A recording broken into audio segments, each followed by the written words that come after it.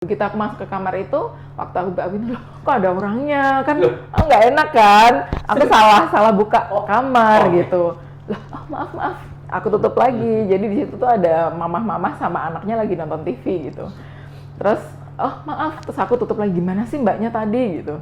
Aku turun lagi ke front desk, Kak, ini bener kamar aku, ini salah loh, udah ada orangnya gitu.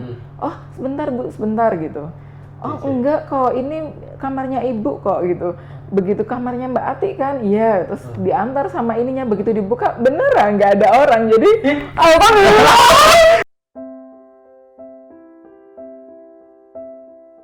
Hai Season Bro, kembali lagi, jangan bosan bersama kita berdua. Season Bro, tadi kan kita sudah ngobrol-ngobrol soal tentang preweddingan juga. Nah, soal pribadinya Mbak Ati juga udah. Nah, ini tuh kita mau ke sedikit intimate soal tadi hal-hal yang menurut mungkin kan untuk Season Bro di sana kan ada nggak kepikiran untuk hal-hal yang kayak sakral atau yang di luar pemikiran manusia. Nah, untuk Mbak Ati sendiri pernah nggak sih mengalami hal itu atau melakukan melakukan hal ritual tertentu kah gitu loh? Kalau itu belum kali ya. Kita kan nggak tahu nih untuk di luar sana kan kita nggak tahu. Untuk Mbak Ati sendiri tuh melakukan hal itu kah? Pernah mengalami hal itu kah? Kalau aku sendiri sih, kalau ngomong ritual sebelum bekerja dalam arti kalau zaman dulu kan perias puasa dulu gitu kan, ya kan. Terus sampai bakar ini itu waktu make upin, jadi bau-bau gitu kan, dupa ya apalah gitu. Ya aku bawa doa aja sih, dalam arti aku kalau mau make upin udah pasti, misal kalau kan aku muslim ya, sholat subuh kan. Kalau misal sebelum sholat subuh aku melakukan sholat sunnah dulu, dalam arti sebenarnya itu lebih ke ngedoain aku sendiri sih. Ngedoain aku sendiri dalam arti berikanlah aku ketenangan dalam mengerjakan, terus customer yang aku kerjain ini, jadi semua aku bawa doa apa yang aku pengen hari itu terjadi gitu. Tapi kalau yang sakral itu harus ini itu enggak sih, kalau puasa enggak. Tapi kalau ya beneran dibawa doa, bener-bener kita bawain semoga ini lancar, sehat, ini dan nggak aku sendiri yang doa, biasanya aku doa bareng sama pengantinnya. Iya. Doa bareng sama pengantinnya. Nan ini ya, semoga besok hari ini gini itu bisa banyak gitu. Langsung amin ya udah gitu. Jadi aku doanya bareng sama pengantinnya gitu. Nah, pernah nggak sih ngalami hal-hal mistis? Kan Mbak Ati kan jadwalnya kan ke gedung inilah, ke hotel inilah, mungkin pas waktu photoshoot ke studio inilah, perjalanan kan gitu kan pernah. Ingat aku tuh salah satu orang yang nggak percaya yang hal-hal kayak gitu sama sekali, karena dari dulu keluarga aku dari kecil tuh nggak pernah ada yang cerita ada ini ada itu, nggak pernah. Tapi pernah suatu saat aku waktu itu di Solo, waktu itu aku ingat ceritanya aku check in tuh udah malam banget sama tim. Tapi memang dari situ tuh aku udah sering denger hotel itu tuh memang dulu bekas apa itu aku ngerti. Waktu itu bekas rumah sakit umum gitu. Cuman alah gitu kan. Aku waktu itu masuk check in udah malam. Dari situ tuh si mbaknya customer yang depan itu, front desk-nya di kamar ini ya Kak gitu. Begitu aku masuk ke kamar itu, waktu aku buka pintu, loh kok ada orangnya, kan nggak enak kan. Aku salah buka kamar gitu.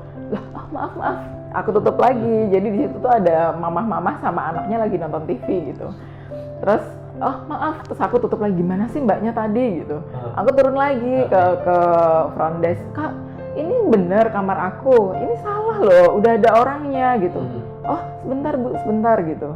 Oh enggak kok, ini kamarnya ibu kok gitu. Begitu kamarnya Mbak Ati kan, iya. Terus diantar sama ininya, begitu dibuka beneran nggak ada orang. Jadi alhamdulillah. Aku boleh pindah kamar nggak? Oh my lagi.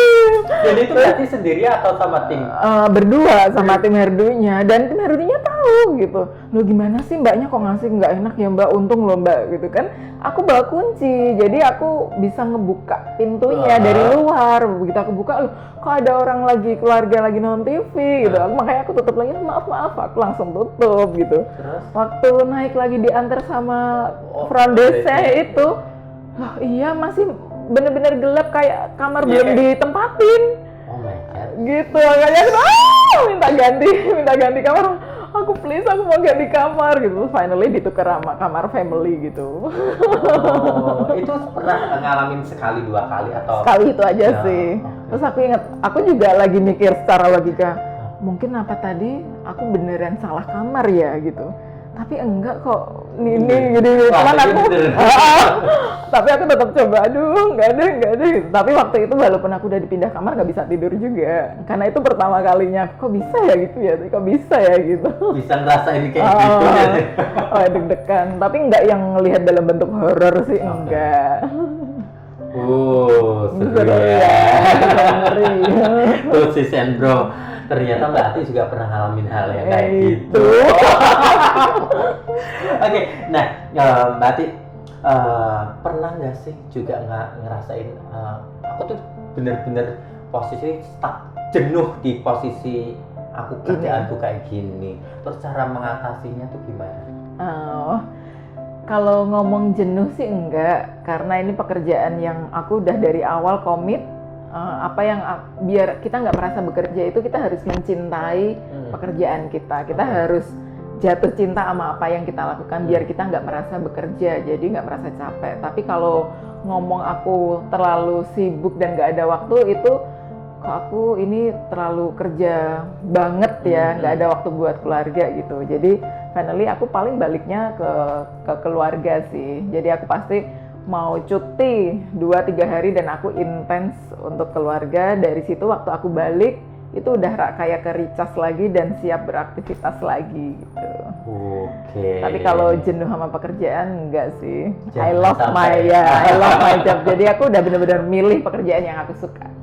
Oke. Nah, ada nggak sih positif dan negatifnya di kerjaan seorang MUA? Ada. Apa? Sebenarnya orang lihatnya bukan MUA-nya sih, tapi karena aku juga berdiri di salah satu salon ya, di Likwang Salon gitu. Zaman dulu orang kalau ngelihat orang cewek kerja di salon itu kan banyak negatifnya, ya kan. Cuman kesini itu aku bisa membuktikan dengan kita tetap mengukir prestasi, kita tetap mengupload karya-karya kita gitu. Dan dari situ pun juga kita bisa semakin mengerucutkan customer yang kita handle itu kan biasanya udah kelihatan kan. Di sini aku udah memutusin sih, aku nggak handle customer cowok. Jadi hal-hal yang seperti itu emang aku hindarin karena takutnya di luaran kan aku ada suami juga, ada keluarga juga ya kan. Jadi aku menghindari hal-hal negatif yang bisa menjadikan peluang untuk orang-orang di luar itu berpikir negatif. Terus kalau positifnya banyak banget pastinya. Boleh diceritain. Positifnya banyak banget. Positifnya itu bisa dari hal, contoh kita kalau ada orang say thank you sama kita tuh kita udah happy banget ya kan, karena kita udah bikin mereka cantik. Terus kita bisa memotivasi orang. Terus kita pastinya dapat income, ya kan. Terus kita bisa ke arah berjalan sesuai dengan cita-cita kita. Oh, aku kepengen, pasti kan orang punya impian kan. Jadi positifnya banyak.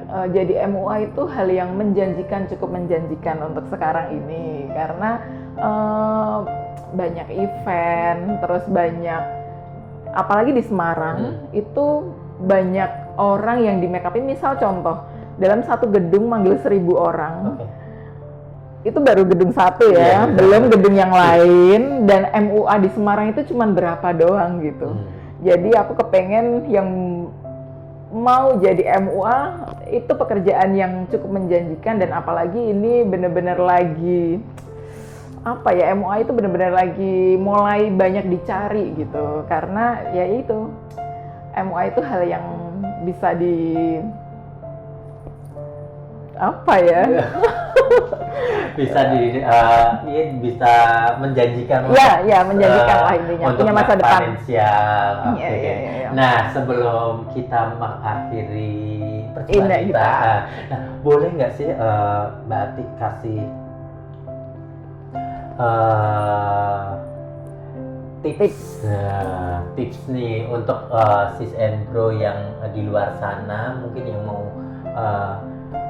mencari mua tuh gimana, terus ngebook muanya tuh harus gimana, terus untuk yang mau jadi mua tuh harus benar-benar prepare-nya tuh seperti apa? Oke. Kalau dilihat dari mau book MUA yang seperti apa, berarti ini untuk customer ya? Iya benar. Nah, kalau untuk calon-calon pengantin sih bagaimana kita harus ngebook seorang MUA itu jangan terlalu banyak pilihan. Tentukan 1, 2, atau 3 maksimal, karena semakin banyak memilih kan kita bisa semakin bingung dan malah nggak karu-karuan gitu. Pastikan kita cari MUA yang profesional, yang memang kualitasnya sudah kelihatan. Dari situ untuk hal-hal lain, hal-hal detail itu kita bisa request. Aku mintanya seperti ini, aku maunya kayak gini, aku maunya MUA-nya standby-nya di sini, misal 24 jam atau apa. Nah itu bisa dibahas setelah kita dapat gitu. Tapi pastikan MUA itu profesional dan benar-benar bisa ngertiin apa yang customer mau gitu. Terus kalau untuk yang calon-calon MUA, pastikan kalian mencintai pekerjaan yang akan kalian mau, yang akan kalian kerjakan. Cintai dulu make up, terus habis itu berlatih, terus cari kumpulan yang benar-benar membawa kita ke arah positif gitu. Terus berlatih, terus banyak kepoin teknik-teknik baru, dan kita sendiri harus up to date, kita sendiri juga harus kece. Jadi jangan sampai kita mau make up tapi rambutnya gelungan. Aku kalau mau make up itu ya sampai udah on bulu matanya, udah on ininya, karena jangan sampai yang di make upin nggak percaya sama yang make up. Jadi kita sendiri harus prepare. Jadi ya tetap semangat, belajar terus jangan berhenti untuk berkarya. Walaupun nggak lagi kerja ya, jadi tetap do something, tetap kreatif. Thank you Mbak Ati buat tipsnya. Jadi diingat untuk para sis and bro yang mau book Mbak Ati, percayalah Mbak Ati. Dan untuk mua-mua yang di sana yang baru mau mulai, yang terpenting itu looknya kita juga harus dilihat supaya customer juga percaya. Oke, thank you Mbak Ati untuk waktunya. Happy. Ini peluknya ritual ya, virtual ya, peluk virtual. Biasanya cipika-cipiki.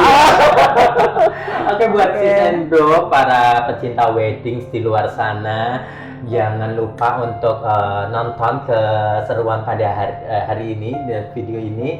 Dan jangan lupa untuk subscribe, like, komen, dan jangan lupa tombol loncengnya itu. Nah, Instagramnya Mbak Ati apa? Ati Likwan. Nah, nanti kita tulis di situ ya. Yeah. Thank you. Dadah.